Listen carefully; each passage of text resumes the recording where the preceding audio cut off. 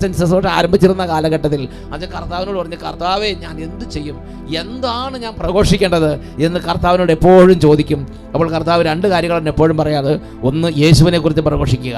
2, യെശയ്യാ 40-ാം അധ്യായം 3 മുതൽ 8 വരെ വാക്യങ്ങൾ.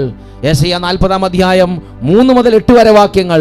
ഒരു സ്വരമുയരുന്നു, മരുഭൂമിയിൽ കർത്താവിന് വഴിയൊരുക്കുവിൻ, വിജന പ്രദേശത്ത് നമ്മുടെ ദൈവത്തിന് വിശാല വീഥികൾ ഒരുക്കുവിൻ.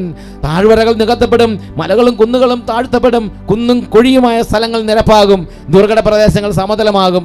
കർത്താവിൻ്റെ മഹത്വം എല്ലാവർക്കും വെളിവാകും. മർദ്ദരെല്ലാവരും ഒരുമിച്ച് അത് ദർശിക്കും. കർത്താവാണ് ഇത് അരുളി ചെയ്യുന്നത്. വീണ്ടും സ്വരമുയർന്നു, ഉദ്ഘോഷിക്കുക. ഞാൻ ആരാഞ്ഞു, ഞാൻ എന്ത് ഉദ്ഘോഷിക്കണം? ജഡം തൃണം മാത്രം, അതിൻ്റെ സൗന്ദര്യം വയലിലെ പുഷ്പം പോലെ ക്ഷണികവും. കർത്താവിൻ്റെ ശ്വാസം ഏൽക്കുമ്പോൾ പുല്ല് കരിയുന്നു, പുഷ്പം വാടുന്നു. മനുഷ്യൻ പുല്ല് കരിയുന്നു, പുഷ്പം വാടുന്നു.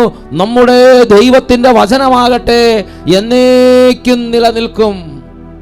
നമ്മുടെ ദൈവത്തിൻ്റെ വചനമാകട്ടെ എന്നേക്കും നിലനിൽക്കും. ഇതാണ് കർത്താവ് പ്രഘോഷിക്കാൻ പറഞ്ഞിരിക്കുന്നത്. ഇത് പ്രഘോഷിക്കുമ്പോൾ എനിക്കറിയാം അന്ന് അവിടെ അത്ഭുതങ്ങൾ നടക്കും. ഇന്ന് ഇത് കേട്ടുകൊണ്ടിരിക്കുന്ന ഒരുപാട് വ്യക്തികളുടെ ജീവിതങ്ങളിലും കുടുംബങ്ങളിലും അത്ഭുതങ്ങൾ നടക്കും, ഉറപ്പാണത്. കാരണം കർത്താവ് പറഞ്ഞ വചനം, കർത്താവ് വെളിപ്പെടുത്തിയിരിക്കുന്ന കാര്യമാണിത്. അത് സംഭവിച്ചിരിക്കും.